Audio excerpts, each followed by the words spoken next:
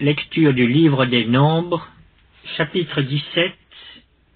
L'Éternel parla à Moïse et dit: Parle aux enfants d'Israël, et prends d'eux une verge selon les maisons de leurs pères, soit 12 verges de la part de tous leurs princes, selon les maisons de leurs pères.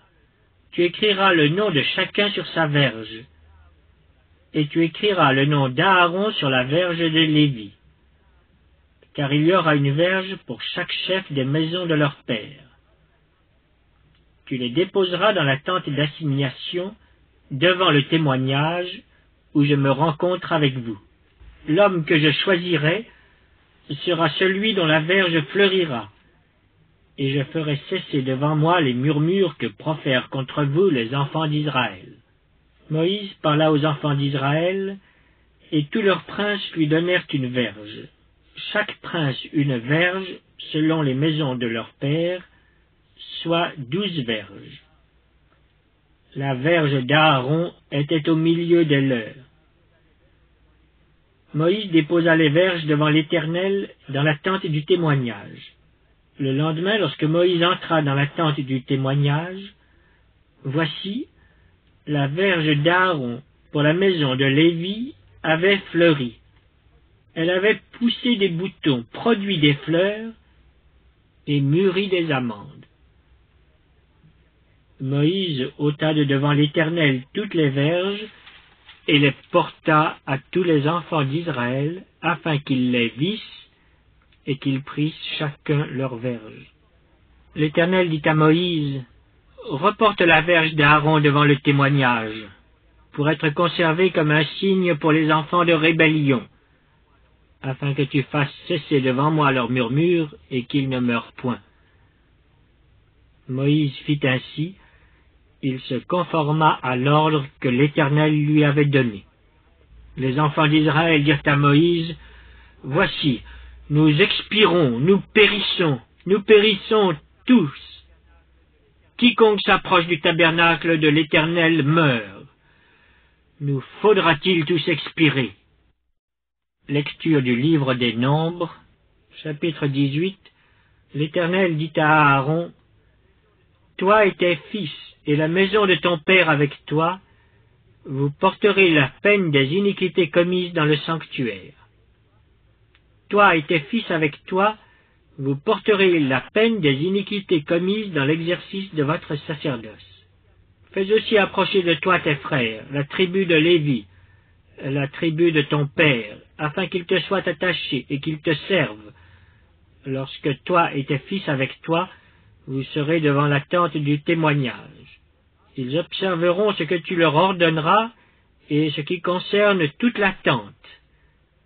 Mais ils ne s'approcheront ni des ustensiles du sanctuaire, ni de l'autel, de peur que vous ne mouriez, eux et vous.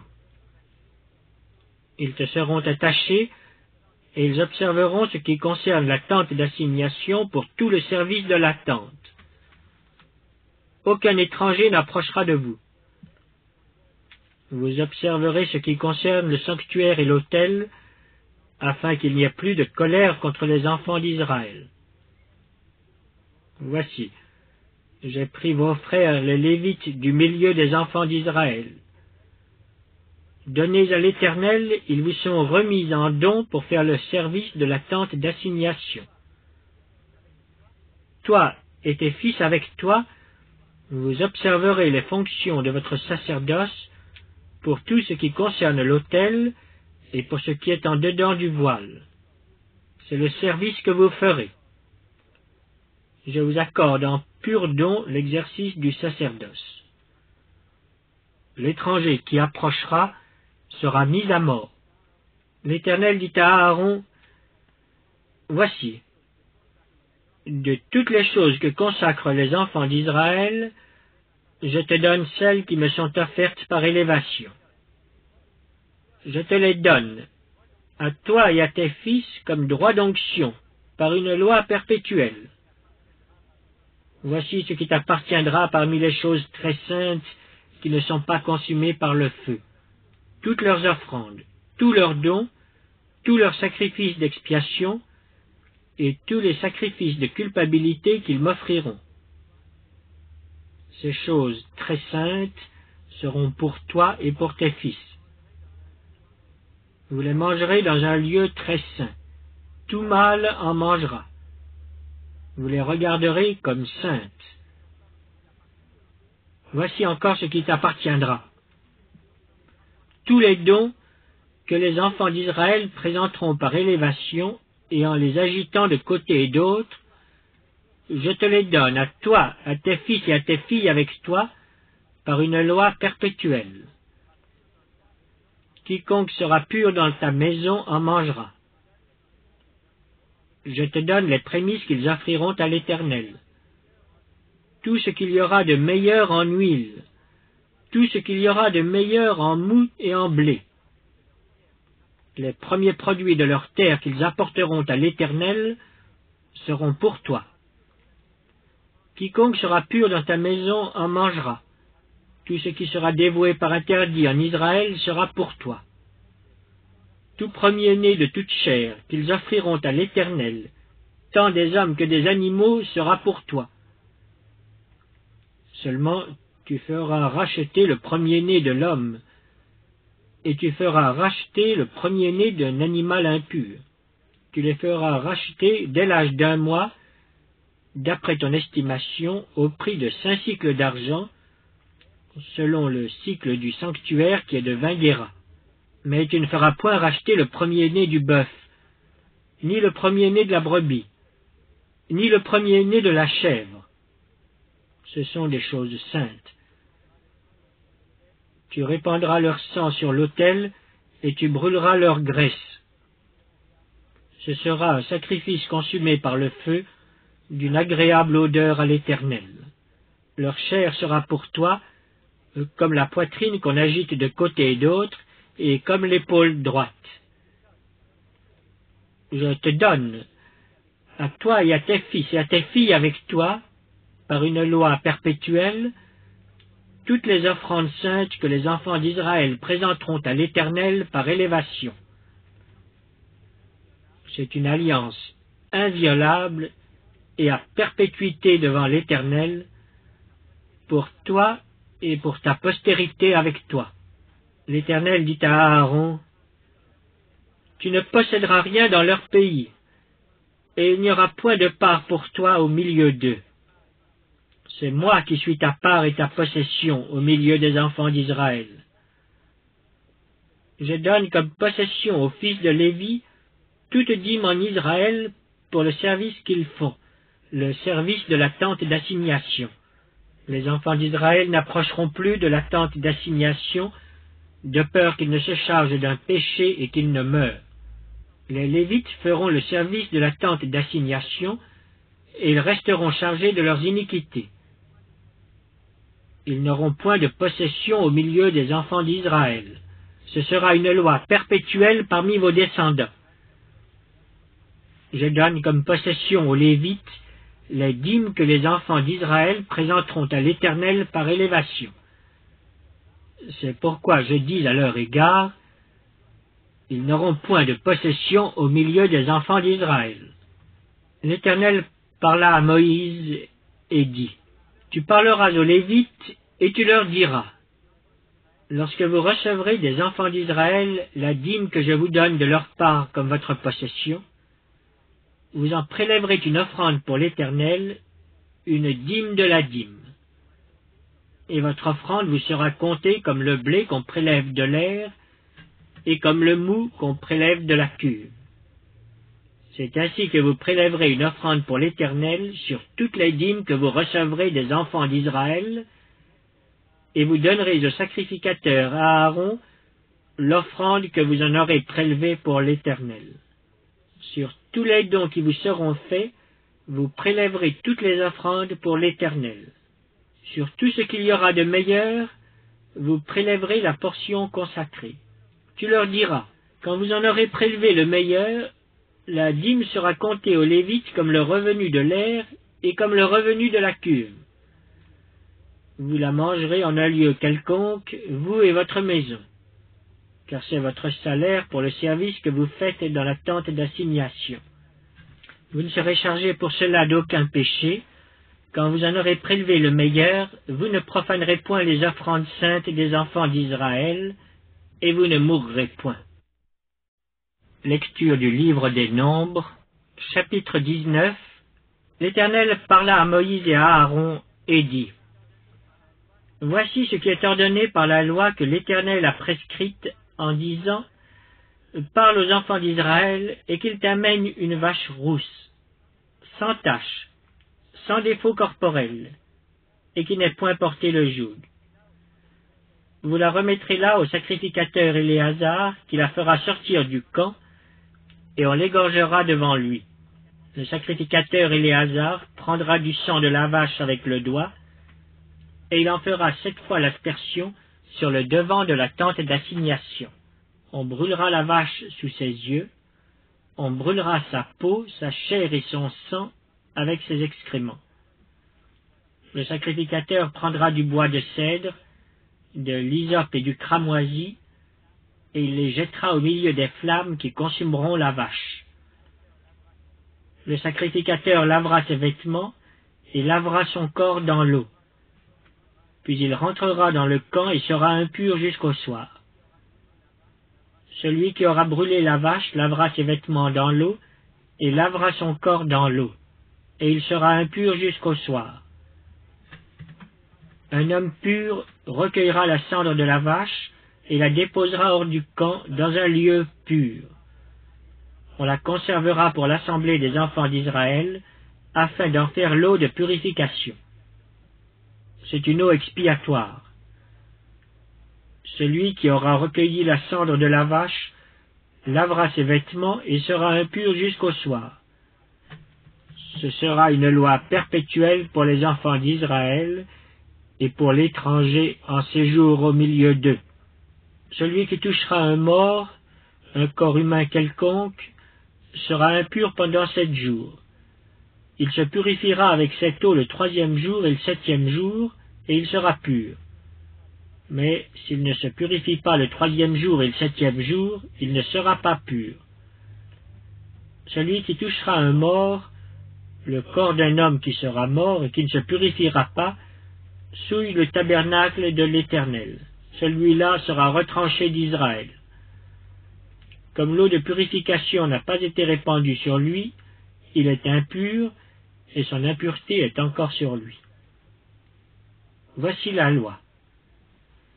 Lorsqu'un homme mourra dans une tente, quiconque entrera dans la tente et quiconque se trouvera dans la tente sera impur pendant 7 jours. Tout vase découvert sur lequel il n'y aura point de couvercle attaché sera impur. Quiconque touchera dans les champs un homme tué par l'épée, ou un mort, ou des ossements humains, ou un sépulcre, sera impur pendant 7 jours.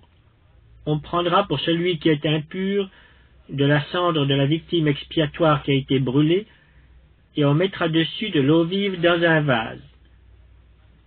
Un homme pur prendra de l'hysope et la trempera dans l'eau. Puis il en fera l'aspersion sur la tente, sur tous les ustensiles, sur les personnes qui sont là, sur celui qui a touché des ossements, ou un homme tué, ou un mort, ou un sépulcre. Celui qui est pur fera l'aspersion sur celui qui est impur, le 3e jour et le 7e jour, et il le purifiera le 7e jour. Il lavera ses vêtements et se lavera dans l'eau, et le soir il sera pur. Un homme qui sera impur et qui ne se purifiera pas sera retranché du milieu de l'assemblée, car il a souillé le sanctuaire de l'Éternel. Comme l'eau de purification n'a pas été répandue sur lui, il est impur. Ce sera pour eux une loi perpétuelle. Celui qui fera l'aspersion de l'eau de purification lavera ses vêtements, et celui qui touchera l'eau de purification sera impur jusqu'au soir. Tout ce que touchera celui qui est impur sera souillé, et la personne qui le touchera sera impure jusqu'au soir. Lecture du livre des Nombres, chapitre 20. Toute l'assemblée des enfants d'Israël arriva dans le désert de Tsin le 1er mois, et le peuple s'arrêta à Kadès. C'est là que mourut Marie et qu'elle fut enterrée. Il n'y avait point d'eau pour l'assemblée, et l'on se souleva contre Moïse et Aaron. Le peuple chercha querelle à Moïse. Ils dirent: Que n'avons-nous expiré quand nos frères expirèrent devant l'Éternel? Pourquoi avez-vous fait venir l'assemblée de l'Éternel dans ce désert, pour que nous y mourions, nous et notre bétail? Pourquoi nous avez-vous fait monter hors d'Égypte, pour nous amener dans ce méchant lieu? Ce n'est pas un lieu où l'on puisse semer, et il n'y a ni figuier, ni vigne, ni grenadier, ni de l'eau à boire. Moïse et Aaron s'éloignèrent de l'assemblée pour aller à l'entrée de la tente d'assignation. Ils tombèrent sur leur visage, et la gloire de l'Éternel leur apparut. L'Éternel parla à Moïse et dit: Prends la verge, et convoque l'assemblée, toi et ton frère Aaron. Vous parlerez en leur présence au rocher, et il donnera ses eaux. Tu feras sortir pour eux de l'eau du rocher, et tu abreuveras l'assemblée et leur bétail. Moïse prit la verge qui était devant l'Éternel, comme l'Éternel le lui avait ordonné. Moïse et Aaron convoquèrent l'assemblée en face du rocher, et Moïse leur dit: Écoutez donc, rebelles, est-ce de ce rocher que nous vous ferons sortir de l'eau? Puis Moïse leva la main et frappa 2 fois le rocher avec sa verge. Il sortit de l'eau en abondance. L'assemblée but, et le bétail aussi. Alors l'Éternel dit à Moïse: Parce que vous n'avez pas cru en moi pour me sanctifier aux yeux des enfants d'Israël, vous ne ferez point entrer cette assemblée dans le pays que je lui donne. Ce sont les eaux de Mériba où les enfants d'Israël contestèrent avec l'Éternel qui fut sanctifié en eux. De Kadès, Moïse envoya des messagers au roi d'Édom pour lui dire: Ainsi parle ton frère Israël. Tu sais toutes les souffrances que nous avons éprouvées. Nos pères descendirent en Égypte, et nous y demeurâmes longtemps.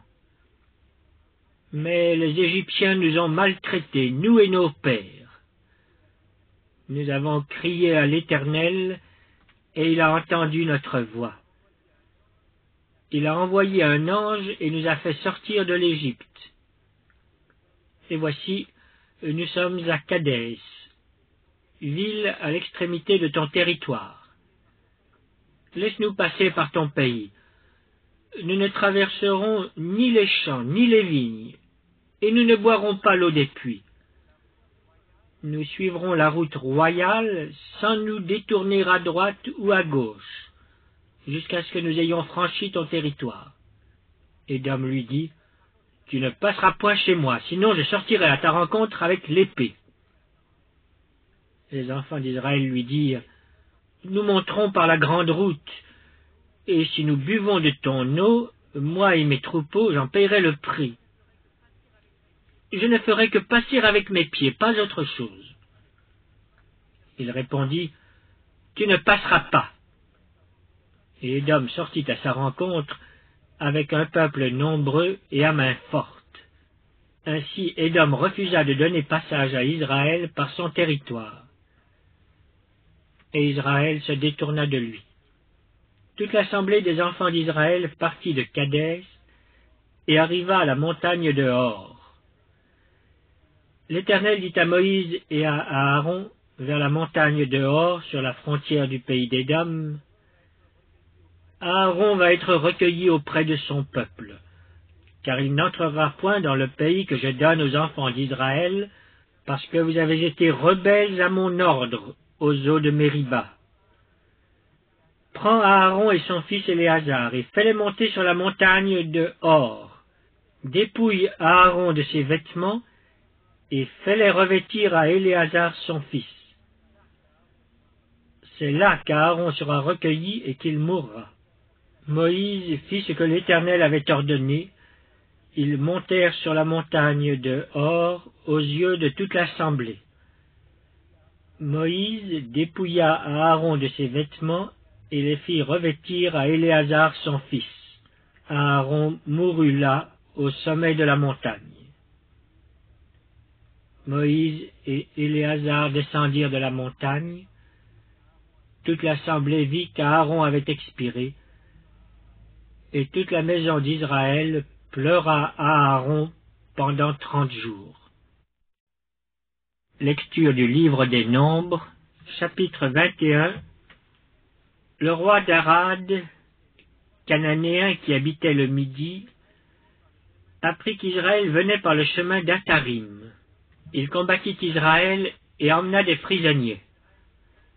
Alors Israël fit un vœu à l'Éternel et dit, « Si tu livres ce peuple entre mes mains, je dévouerai ces villes par interdit. » L'Éternel entendit la voix d'Israël et livra les Cananéens. On les dévoua par interdit, eux et leurs villes, et l'on nomma ce lieu Horma. Ils partirent de la montagne de Hor par le chemin de la mer Rouge pour tourner le pays d'Édom. Le peuple s'impatienta en route et parla contre Dieu et contre Moïse. « Pourquoi nous avez-vous fait monter hors d'Égypte, pour que nous mourions dans le désert? Car il n'y a point de pain et il n'y a point d'eau, et notre âme est dégoûtée de cette misérable nourriture. » Alors l'Éternel envoya contre le peuple des serpents brûlants. Ils mordirent le peuple, et il mourut beaucoup de gens en Israël. Le peuple vint à Moïse et dit, « Nous avons péché, car nous avons parlé contre l'Éternel et contre toi. Prie l'Éternel afin qu'il éloigne de nous ces serpents. » Moïse pria pour le peuple. L'Éternel dit à Moïse, « Fais-toi un serpent brûlant, et place-le sur une perche. Quiconque aura été mordu et le regardera conservera la vie. » Moïse fit un serpent d'airain et le plaça sur une perche. Et quiconque avait été mordu par un serpent et regardait le serpent d'airain conservait la vie. Les enfants d'Israël partirent et ils campèrent à Oboth. Ils partirent d'Oboth et ils campèrent à Ijé-Abarim, dans le désert qui est vis-à-vis de Moab, vers le soleil levant.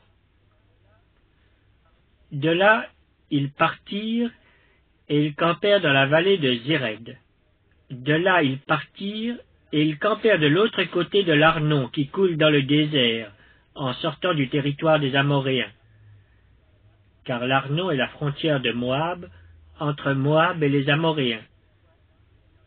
C'est pourquoi il est dit dans le livre des guerres de l'Éternel, Vaeb en Supha, et les torrents de l'Arnon, et le cours des torrents qui s'étend du côté d'Ar et touche à la frontière de Moab. De là, ils allèrent à Béer. C'est ce Béer où l'Éternel dit à Moïse, « Rassemble le peuple, et je leur donnerai de l'eau. » Alors Israël chanta ce cantique, « Monte, puis, chantez en son honneur, puis que des princes ont creusé, que les grands du peuple ont creusé avec le sceptre, avec leurs bâtons. Du désert ils allèrent à Matana, de Matana à Naaliel, de Naaliel à Bamoth, de Bamoth à la vallée qui est dans le territoire de Moab, au sommet de Pisga, en regard du désert. Israël envoya des messagers à Sion, roi des Amoréens, pour lui dire « Laisse-moi passer par ton pays. Nous n'entrerons ni dans les champs ni dans les vignes, et nous ne boirons pas l'eau des puits. Nous suivrons la route royale, jusqu'à ce que nous ayons franchi ton territoire. » Sion n'accorda point à Israël le passage sur son territoire. Il rassembla tout son peuple, et sortit à la rencontre d'Israël dans le désert. Il vint à Jahatz et combattit Israël. Israël le frappa du tranchant de l'épée et s'empara de son pays depuis l'Arnon jusqu'à Jabbok, jusqu'à la frontière des enfants d'Ammon. car la frontière des enfants d'Ammon était fortifiée. Israël prit toutes les villes et s'établit dans toutes les villes des Amoréens, à Hesbon et dans toutes les villes de son ressort. Car Hesbon était la ville de Sihon, roi des Amoréens. Il avait fait la guerre au précédent roi de Moab, et lui avait enlevé tout son pays jusqu'à l'Arnon. C'est pourquoi les poètes disent « Venez à Hesbon, que la ville de Sion soit rebâtie et fortifiée. » Car il est sorti un feu de Hesbon, une flamme de la ville de Sion. Elle a dévoré Ar-Moab, les habitants des hauteurs de l'Arnon. Malheur à toi, Moab! Tu es perdu, peuple de Kémosh. Il a fait de ses fils des fuyards, et il a livré ses fils captifs à Sion, roi des Amoréens. Nous avons lancé sur eux nos traits. De Hesbon à Dibon, tout est détruit. Nous avons étendu nos ravages jusqu'à Nophak, jusqu'à Médeba. Israël s'établit dans le pays des Amoréens.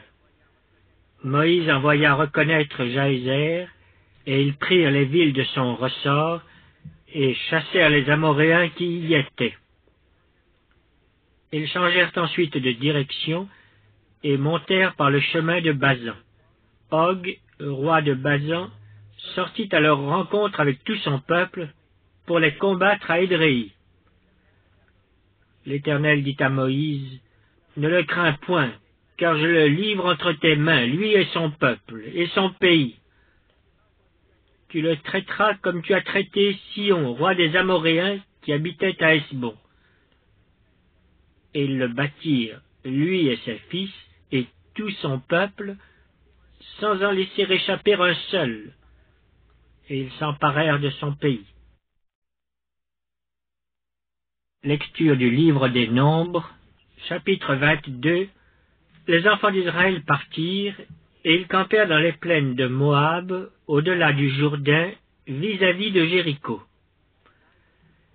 Balak, fils de Tsippor, vit tout ce qu'Israël avait fait aux Amoréens. Et Moab fut très effrayé en face d'un peuple aussi nombreux. Il fut saisi de terreur en face des enfants d'Israël. Moab dit aux anciens de Madian, « Cette multitude va dévorer tout ce qui nous entoure, comme le bœuf broute la verdure des champs. » Balak, fils de Tsippor, était alors roi de Moab. Il envoya des messagers auprès de Balaam, fils de Béor, à Pétor sur le fleuve, dans le pays des fils de son peuple, afin de l'appeler et de lui dire, « Voici, un peuple est sorti d'Égypte. Il couvre la surface de la terre, et il habite vis-à-vis de moi. Viens, je te prie, maudis-moi ce peuple, car il est plus puissant que moi. Peut-être ainsi pourrais-je le battre et le chasserai-je du pays, car je sais que celui que tu bénis est béni, et que celui que tu maudis est maudit. » Les anciens de Moab et les anciens de Madian partirent, ayant avec eux des présents pour le devin. Ils arrivèrent auprès de Balaam et lui rapportèrent les paroles de Balak. Balaam leur dit, « Passez ici la nuit, et je vous donnerai réponse d'après ce que l'Éternel me dira. » Et les chefs de Moab restèrent chez Balaam. Dieu vint à Balaam et dit, « Qui sont ces hommes que tu as chez toi ?» Balaam répondit à Dieu, « Balak, fils de Tsippor, roi de Moab, les a envoyés pour me dire, « Voici un peuple sorti d'Égypte, et il couvre la surface de la terre. Viens donc, maudis-le. Peut-être ainsi pourrais-je le combattre et le chasserai-je. » Dieu dit à Balaam, « Tu n'iras point avec eux. Tu ne maudiras point ce peuple, car il est béni. » Balaam se leva le matin, et il dit au chef de Balak, « Allez dans votre pays, car l'Éternel refuse de me laisser aller avec vous. » Et les princes de Moab se levèrent, retournèrent auprès de Balak et dirent, « Balaam a refusé de venir avec nous. » Balak envoya de nouveau des chefs en plus grand nombre et plus considérés que les précédents. Ils arrivèrent auprès de Balaam et lui dirent, « Ainsi parle Balak, fils de Tsippor. Que l'on ne t'empêche donc pas de venir vers moi, car je te rendrai beaucoup d'honneur, et je ferai tout ce que tu me diras. Viens, je te prie, maudis-moi ce peuple. » Balaam répondit et dit aux serviteurs de Balak, « Quand Balak me donnerait sa maison pleine d'argent et d'or, je ne pourrais faire aucune chose, ni petite, ni grande, contre l'ordre de l'Éternel mon Dieu. Maintenant, je vous prie, restez ici cette nuit, et je saurai ce que l'Éternel me dira encore. » Dieu vint à Balaam pendant la nuit et lui dit, « Puisque ces hommes sont venus pour t'appeler, lève-toi, va avec eux. Mais tu feras ce que je te dirai. » Balaam se leva le matin, sella son ânesse et partit avec les chefs de Moab. La colère de Dieu s'enflamma parce qu'il était parti. Et un ange de l'Éternel se plaça sur le chemin pour lui résister. Balaam était monté sur son ânesse, et ses 2 serviteurs étaient avec lui. L'ânesse vit l'ange de l'Éternel qui se tenait sur le chemin, son épée nue dans la main. Elle se détourna du chemin et alla dans les champs. Balaam frappa l'ânesse pour la ramener dans le chemin. L'ange de l'Éternel se plaça dans un sentier entre les vignes, et il y avait un mur de chaque côté. L'ânesse vit l'ange de l'Éternel. Elle se serra contre le mur et pressa le pied de Balaam contre le mur. Balaam la frappa de nouveau. L'ange de l'Éternel passa plus loin et se plaça dans un lieu où il n'y avait point d'espace pour se détourner à droite ou à gauche. L'ânesse vit l'ange de l'Éternel, et elle s'abattit sous Balaam. La colère de Balaam s'enflamma, et il frappa l'ânesse avec un bâton. L'Éternel ouvrit la bouche de l'ânesse, et elle dit à Balaam, « Que t'ai-je fait pour que tu m'aies frappé déjà 3 fois ?» Balaam répondit à l'ânesse, « C'est parce que tu t'es moqué de moi. Si j'avais une épée dans la main, je te tuerais à l'instant. » L'ânesse dit à Balaam, « Ne suis-je pas ton ânesse que tu as de tout temps monté jusqu'à ce jour? Ai-je l'habitude de faire ainsi? » Et il répondit, « Non. » L'Éternel ouvrit les yeux de Balaam, et Balaam vit l'ange de l'Éternel qui se tenait sur le chemin, son épée nue dans la main. Et il s'inclina et se prosterna sur son visage. L'ange de l'Éternel lui dit, « Pourquoi as-tu frappé ton ânesse déjà 3 fois? Voici, je suis sorti pour te résister, car c'est un chemin de perdition qui est devant moi. L'ânesse m'a vu, et elle s'est détournée devant moi déjà 3 fois. Si elle ne se fût pas détournée de moi, je t'aurais même tué, et je lui aurais laissé la vie. » Balaam dit à l'ange de l'Éternel, « J'ai péché, car je ne savais pas que tu te fusses placé au-devant de moi sur le chemin. Et maintenant, si tu me désapprouves, je m'en retournerai. » L'ange de l'Éternel dit à Balaam, « Va avec ces hommes, mais tu ne feras que répéter les paroles que je te dirai. » Et Balaam alla avec les chefs de Balak. Balak apprit que Balaam arrivait, et il sortit à sa rencontre jusqu'à la ville de Moab, qui est sur la limite de l'Arnon, à l'extrême frontière. Balak dit à Balaam, « N'ai-je pas envoyé auprès de toi pour t'appeler? Pourquoi n'es-tu pas venu vers moi? Ne puis-je donc pas te traiter avec honneur? » Balaam dit à Balak, « Voici, je suis venu vers toi. Maintenant me sera-t-il permis de dire quoi que ce soit? Je dirai les paroles que Dieu mettra dans ma bouche. » Balaam alla avec Balak, et ils arrivèrent à Kirjath-Hutsot. Balak sacrifia des bœufs et des brebis, et il en envoya à Balaam et aux chefs qui étaient avec lui. Le matin, Balak prit Balaam et le fit monter à Bamoth-Baal, d'où Balaam vit une partie du peuple.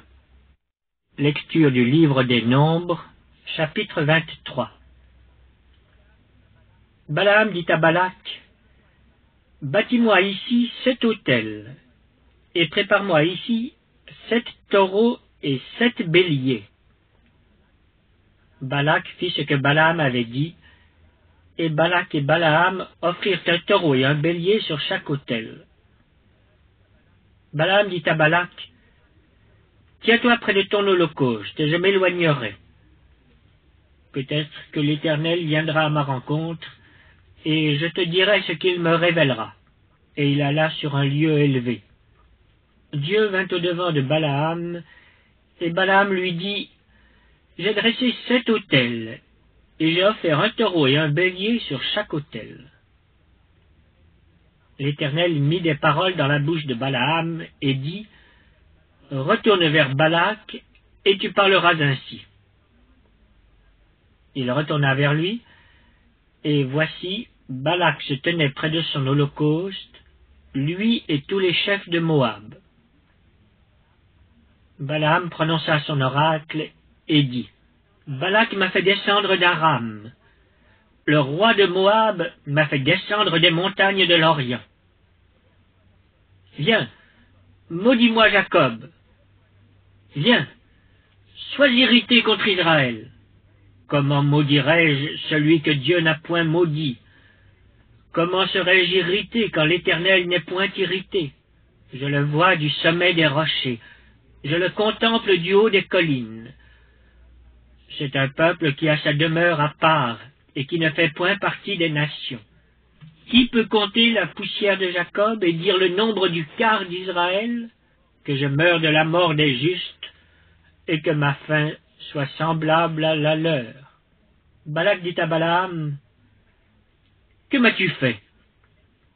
Je t'ai pris pour maudire mon ennemi, et voici tu le bénis. » Il répondit et dit, « N'aurais-je pas soin de dire ce que l'Éternel met dans ma bouche? » Balak lui dit, « Viens donc avec moi dans un autre lieu, d'où tu le verras.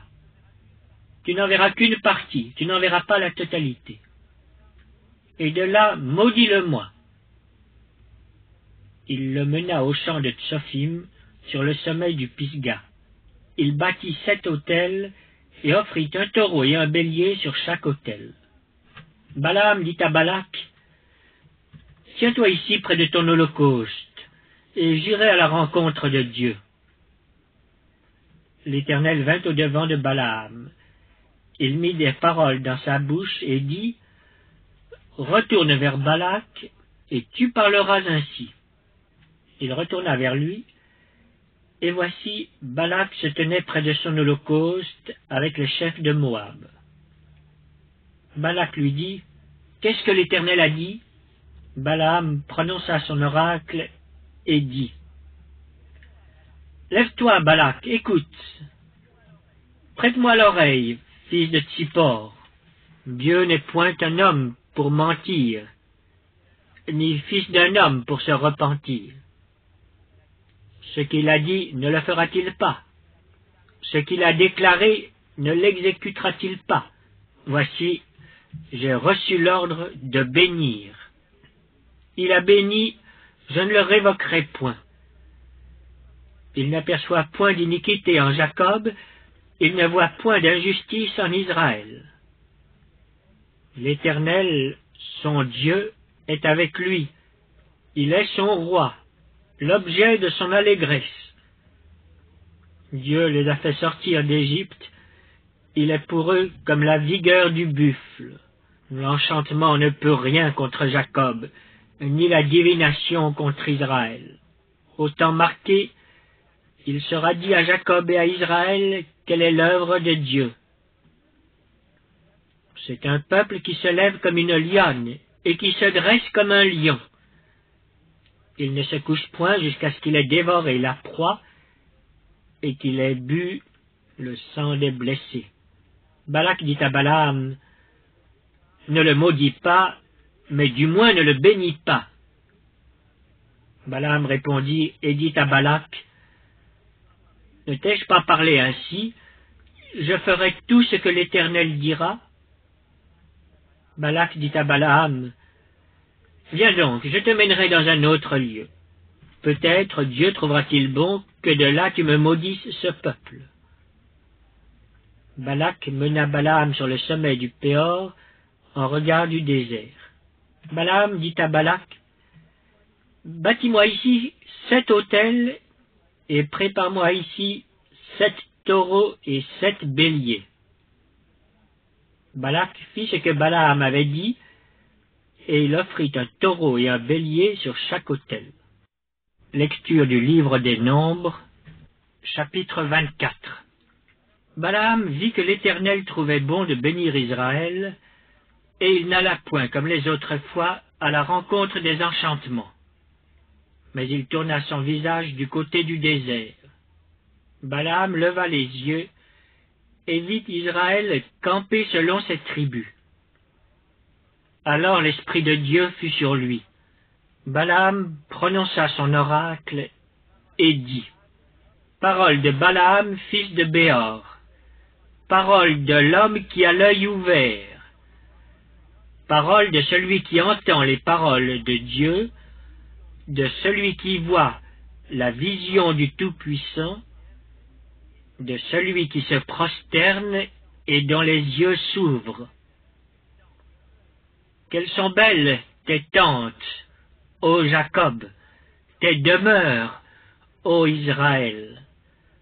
Elles s'étendent comme des vallées, comme des jardins près d'un fleuve, comme des aloès que l'Éternel a plantés, comme des cèdres le long des eaux.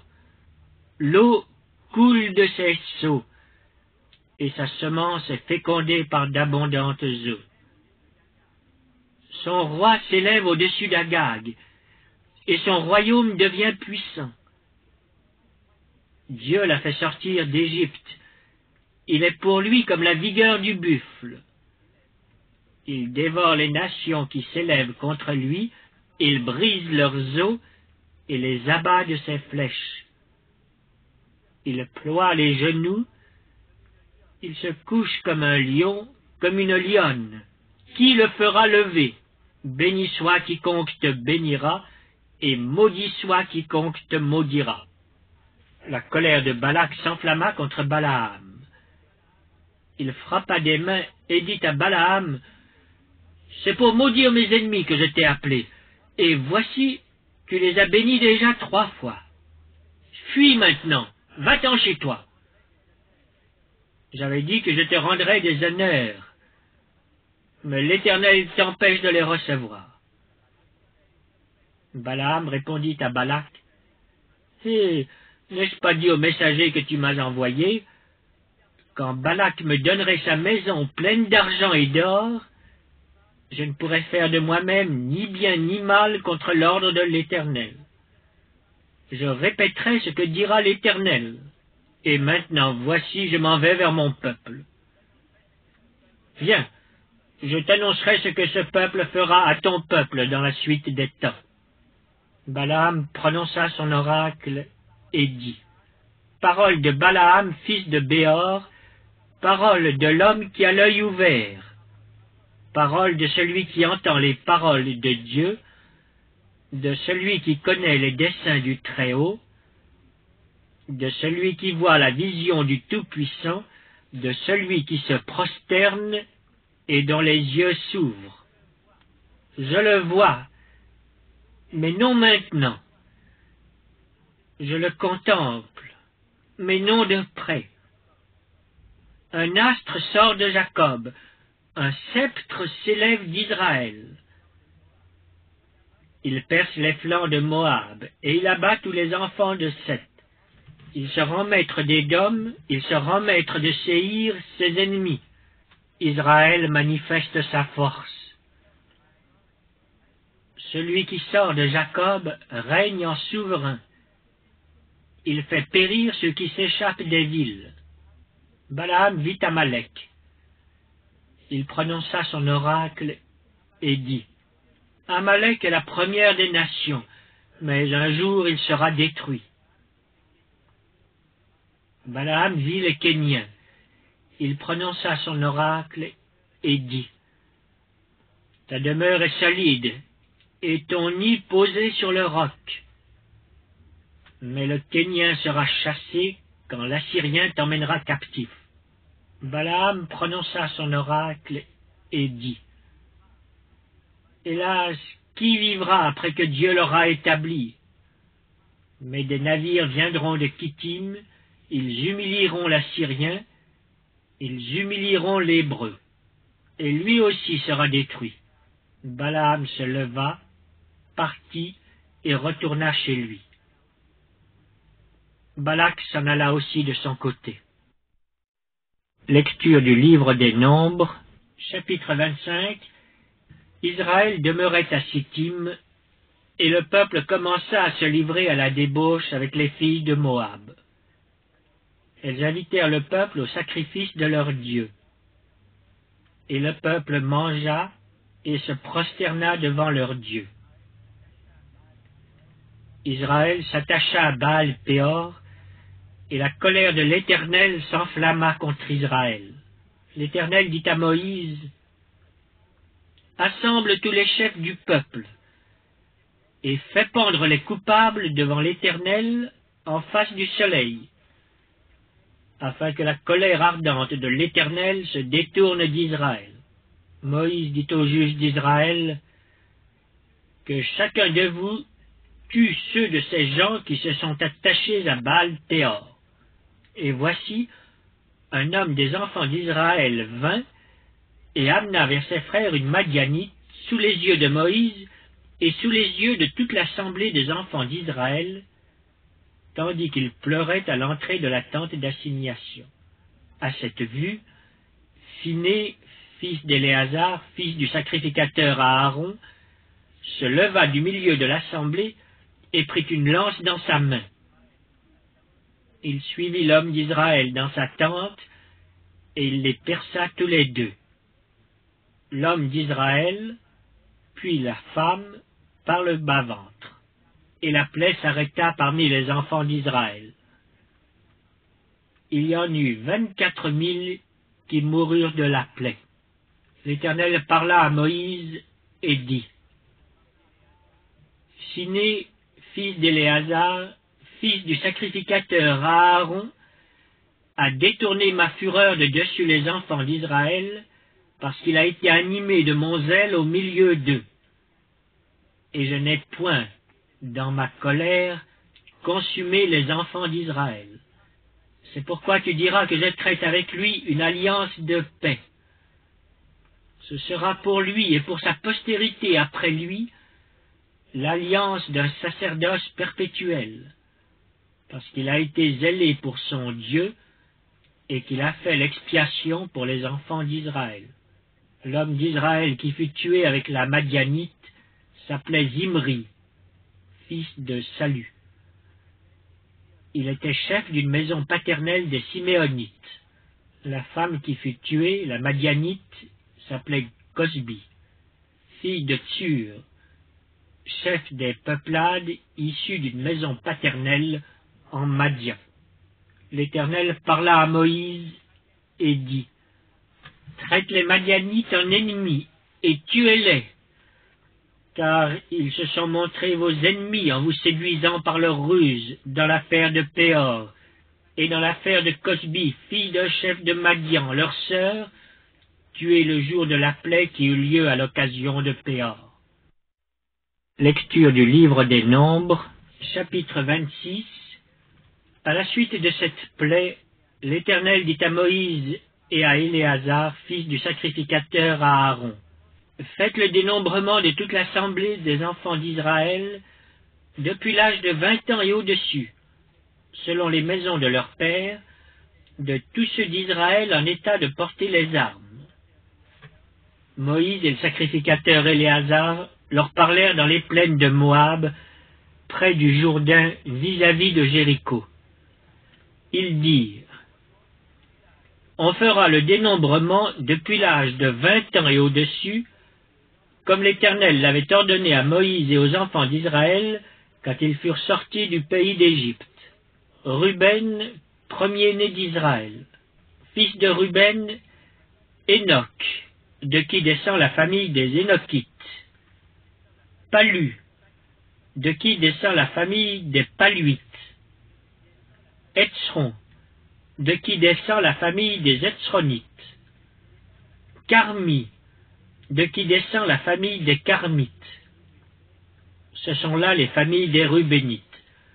Ceux dont on fit le dénombrement furent 43 730. Fils de Palu, Eliab. Fils d'Eliab, Nemuel, Dathan et Abiram. C'est ce Dathan et cet Abiram qui étaient de ceux que l'on convoquait à l'assemblée et qui se soulevèrent contre Moïse et Aaron dans l'assemblée de Corée lors de leur révolte contre l'Éternel. La terre ouvrit sa bouche et les engloutit avec Corée quand moururent ceux qui s'étaient assemblés et que le feu consuma les 250 hommes.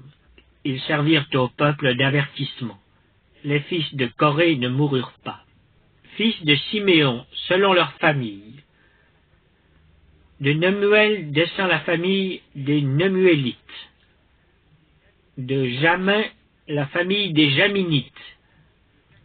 De Jaquin, la famille des Jaquinites. De Zérak, la famille des Zérachites. De Saül, la famille des Saülites. Ce sont là les familles des Siméonites, 22 200. Fils de Gad, selon leur famille. De Tséphon descend la famille des Tséphonites. De Agzi, la famille des Agzites. De Shuni, la famille des Shunites. D'Ozni, la famille des Oznites. D'Éri, la famille des Érites. d'Arod, la famille des Arodites, d'Aroéli, la famille des Aroélites. Ce sont là les familles des fils de Gad, d'après leur dénombrement, 40 500. Fils de Juda, Er et Onan. Mais Er et Onan moururent au pays de Canaan. Voici les fils de Juda selon leur famille. De Shéla descend la famille des Shélanites. De Péretz, la famille des Péretzites. De Zérak, la famille des Zérachites.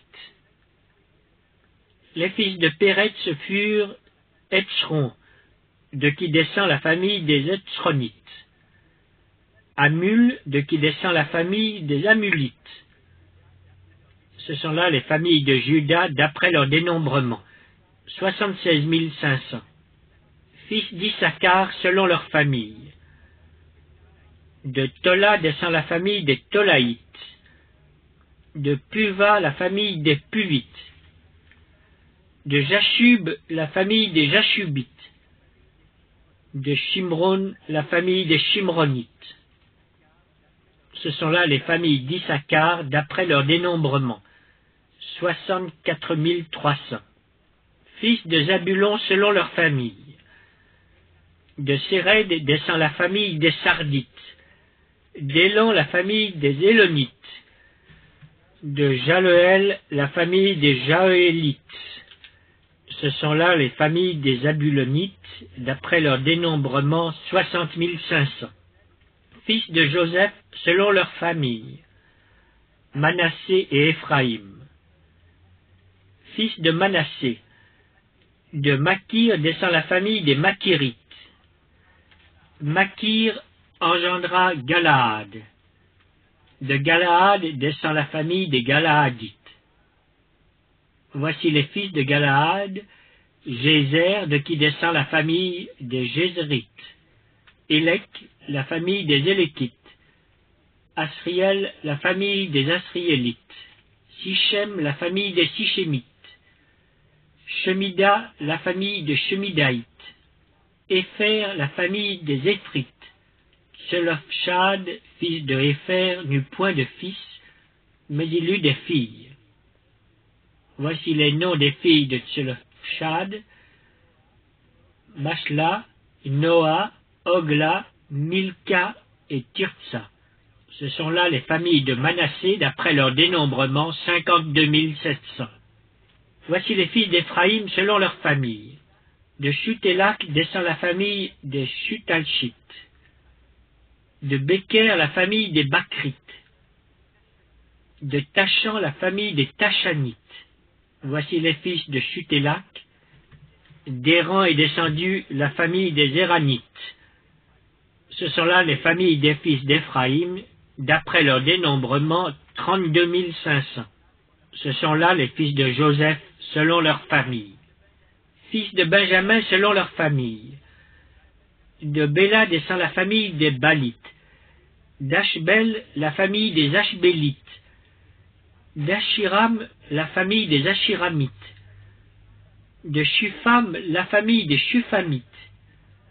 De Upham, la famille des Uphamites. Les fils de Béla furent Ard et Naaman. d'Ard descend la famille des Ardites. De Naaman, la famille des Naamanites. Ce sont là les fils de Benjamin, selon leur famille et d'après leur dénombrement, 45 600. Voici les fils de Dan, selon leur famille.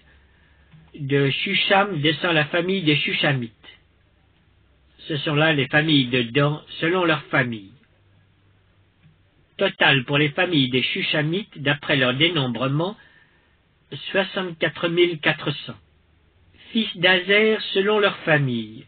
De Jimna descend la famille des Jimnites. De Jishvi, la famille des Jishvites. De Beria, la famille des Beriites. Des fils de Beria descendent. De Héber, la famille des Hébrites. De Malkiel, la famille des Malkiélites. Le nom de la fille d'Azer était Sérac. Ce sont là les familles des fils d'Azer, d'après leur dénombrement, 53 400. Fils de Nephtali, selon leur famille. De Jatsuel descend la famille des Jatsuélites. De Guni, la famille des Gunites. De Jetser, la famille des Jitzrites. De Shilem, la famille des Shilémites. Ce sont là les familles de Nephtali, selon leur famille, et d'après leur dénombrement, 45 400. Tels sont ceux des enfants d'Israël, dont on fit le dénombrement, 601 730. L'Éternel parla à Moïse et dit: le pays sera partagé entre eux pour être leur propriété, selon le nombre des noms. À ceux qui sont en plus grand nombre, tu donneras une portion plus grande, et à ceux qui sont en plus petit nombre, tu donneras une portion plus petite. On donnera à chacun sa portion d'après le dénombrement.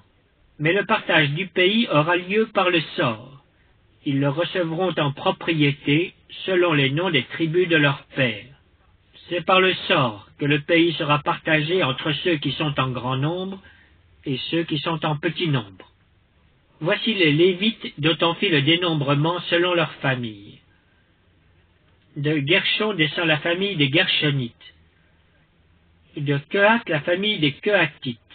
De Merari, la famille des Merarites. Voici les familles de Lévi, la famille des Libnites, la famille des Hébronites, la famille des Machlites, la famille des Mushites, la famille des Korites. Kehat engendra Amram. Le nom de la femme d'Amram était Jochébed, fille de Lévi, laquelle naquit à Lévi en Égypte. Elle enfanta à Amram, Aaron, Moïse et Marie leur sœur. Il naquit à Aaron Nadab et Abihu, Éléazar et Ithamar. Nadab et Abihu moururent lorsqu'ils apportèrent devant l'Éternel du feu étranger. Ceux dont on fit le dénombrement, tous les mâles depuis l'âge d'1 mois et au-dessus, furent 23 000. Ils ne furent pas compris dans le dénombrement des enfants d'Israël, parce qu'il ne leur fut point donné de possession au milieu des enfants d'Israël. Tels sont ceux des enfants d'Israël dont Moïse et le sacrificateur Éléazar firent le dénombrement dans les plaines de Moab, près du Jourdain, vis-à-vis de Jéricho. Parmi eux, il n'y avait aucun des enfants d'Israël dont Moïse et le sacrificateur Aaron avaient fait le dénombrement dans le désert du Sinaï. Car l'Éternel avait dit, « Ils mourront dans le désert, et il n'en restera pas un, excepté Caleb, fils de Jéphoné, et Josué, fils de Nun. » Lecture du livre des Nombres, chapitre 27. Les filles de Tselofchad, fils de Hépher, fils de Galaad, fils de Makir, fils de Manassé, des familles de Manassé, fils de Joseph, et dont les noms étaient Mashla, Noah, Ogla, Milka et Tirtsa, s'approchèrent et se présentèrent devant Moïse, devant le sacrificateur Éléazar, et devant les princes et toute l'assemblée à l'entrée de la tente d'assignation. Elles dirent, « Notre père est mort dans le désert. » Il n'était pas au milieu de l'assemblée de ceux qui se révoltèrent contre l'Éternel, de l'assemblée de Corée. Mais il est mort pour son péché, et il n'avait point de fils. Pourquoi le nom de notre père serait-il retranché du milieu de sa famille, parce qu'il n'avait point eu de fils? Donne-nous une possession parmi les frères de notre père. Moïse porta la cause devant l'Éternel. Et l'Éternel dit à Moïse, « Les filles de Tselofchad ont raison. Tu leur donneras en héritage une possession parmi les frères de leur père, et c'est à elles que tu feras passer l'héritage de leur père. Tu parleras aux enfants d'Israël et tu diras, lorsqu'un homme mourra sans laisser de fils, vous ferez passer son héritage à sa fille. S'il n'a point de fille, vous donnerez son héritage à ses frères. S'il n'a point de frères, vous donnerez son héritage aux frères de son père. S'il n'y a point de frères de son père, vous donnerez son héritage aux plus proches parents dans sa famille, et c'est lui qui le possédera. Ce sera pour les enfants d'Israël une loi et un droit, comme l'Éternel l'a ordonné à Moïse. L'Éternel dit à Moïse, « Monte sur cette montagne d'Abarim, et regarde le pays que je donne aux enfants d'Israël. Tu le regarderas, mais toi aussi tu seras recueilli auprès de ton peuple, comme Aaron ton frère a été recueilli. Parce que vous avez été rebelles à mon ordre dans le désert de Tsin, lors de la contestation de l'assemblée, et que vous ne m'avez point sanctifié à leurs yeux à l'occasion des eaux. Ce sont les eaux de contestation à Kadès, dans le désert de Tsin.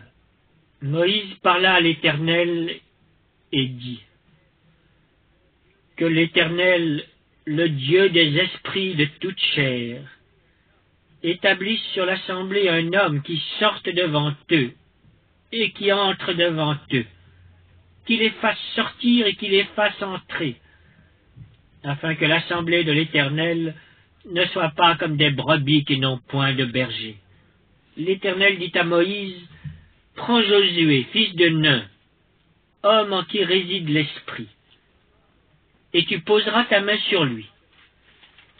Tu le placeras devant le sacrificateur Éléazar et devant toute l'assemblée, et tu lui donneras des ordres sous leurs yeux. Tu le rendras participant de ta dignité, afin que toute l'assemblée des enfants d'Israël l'écoute. Il se présentera devant le sacrificateur Éléazar, qui consultera pour lui le jugement de l'Urim devant l'Éternel. Et Josué, tous les enfants d'Israël avec lui, et toute l'assemblée, sortiront sur l'ordre d'Éléazar et entreront sur son ordre. Moïse fit ce que l'Éternel lui avait ordonné. Il prit Josué, et il le plaça devant le sacrificateur Éléazar et devant toute l'assemblée. Il posa ses mains sur lui et lui donna des ordres, comme l'Éternel l'avait dit par Moïse. Lecture du livre des Nombres, chapitre 28. L'Éternel parla à Moïse et dit, « Donne cet ordre aux enfants d'Israël et dis-leur, vous aurez soin de me présenter au temps fixé mon offrande, l'aliment de mes sacrifices consumés par le feu et qui me sont d'une agréable odeur. Tu leur diras, voici le sacrifice consumé par le feu que vous offrirez à l'Éternel. Chaque jour 2 agneaux d'1 an sans défaut, comme holocauste perpétuel. Tu offriras l'un des agneaux le matin et l'autre agneau entre les 2 soirs, et pour l'offrande, 1/10 d'épha de fleur de farine pétrie dans 1/4 de hin d'huile d'olive concassée. C'est l'holocauste perpétuel qui a été offert à la montagne de Sinaï.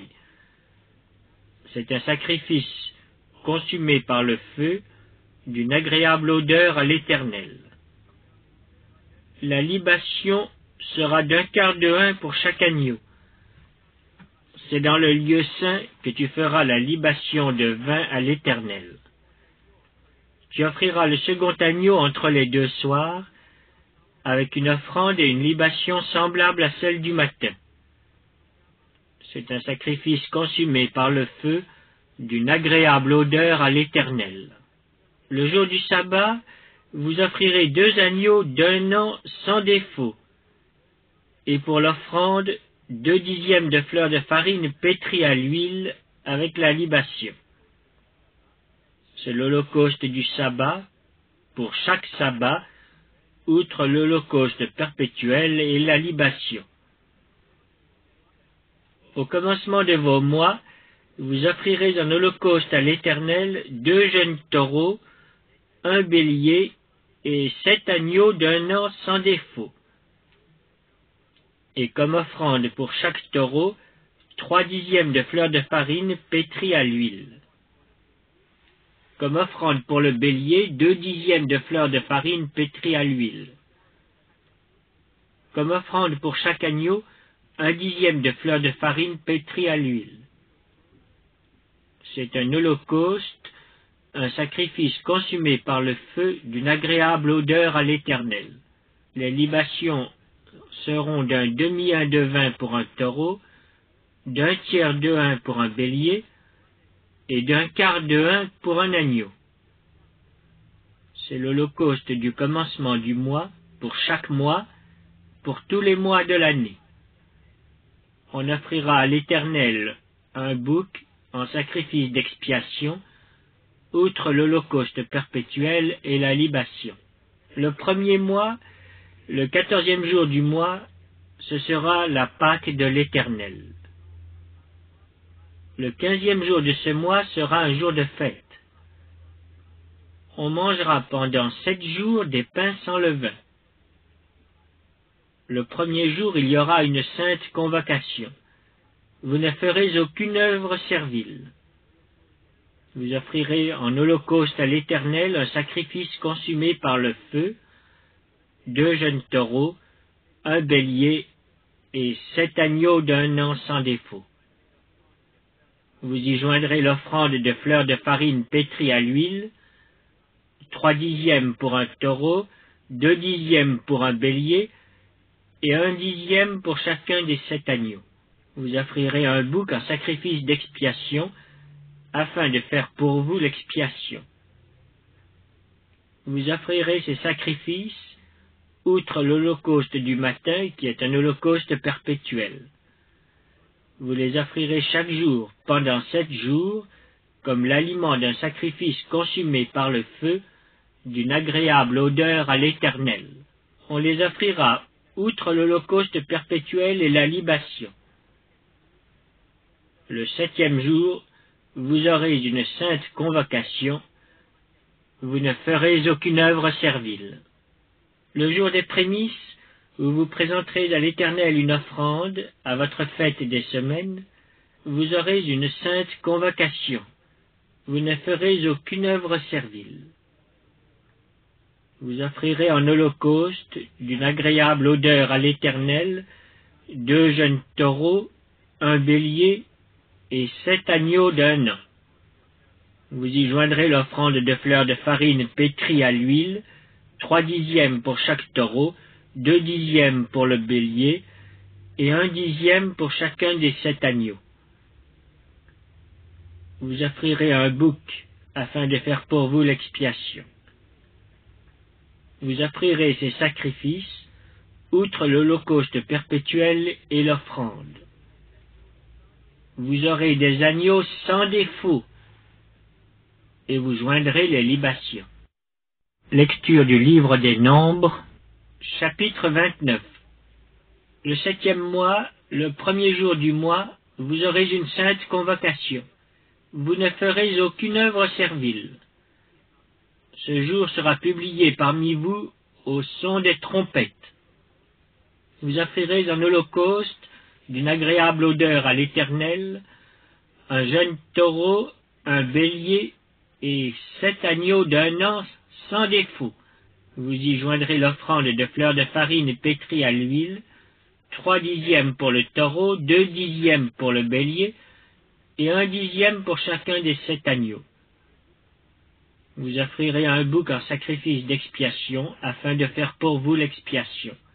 Vous offrirez ces sacrifices, outre l'holocauste et l'offrande de chaque mois, l'holocauste perpétuel et l'offrande, et les libations qui s'y joignent, d'après les règles établies.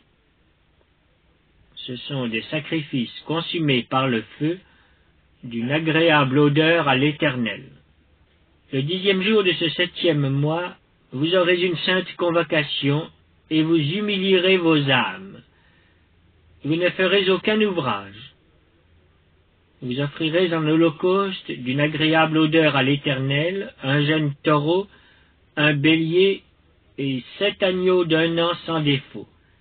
Vous y joindrez l'offrande de fleurs de farine pétrie à l'huile, 3/10 pour le taureau, 2/10 pour le bélier, et 1/10 pour chacun des 7 agneaux. Vous offrirez un bouc en sacrifice d'expiation, outre le sacrifice des expiations, l'holocauste perpétuel et l'offrande, et les libations ordinaires. Le 15e jour du 7e mois, vous aurez une sainte convocation. Vous ne ferez aucune œuvre servile. Vous célébrerez une fête en l'honneur de l'Éternel pendant 7 jours. Vous offrirez en holocauste un sacrifice consumé par le feu, d'une agréable odeur à l'Éternel. 13 jeunes taureaux, 2 béliers et 14 agneaux d'1 an sans défaut.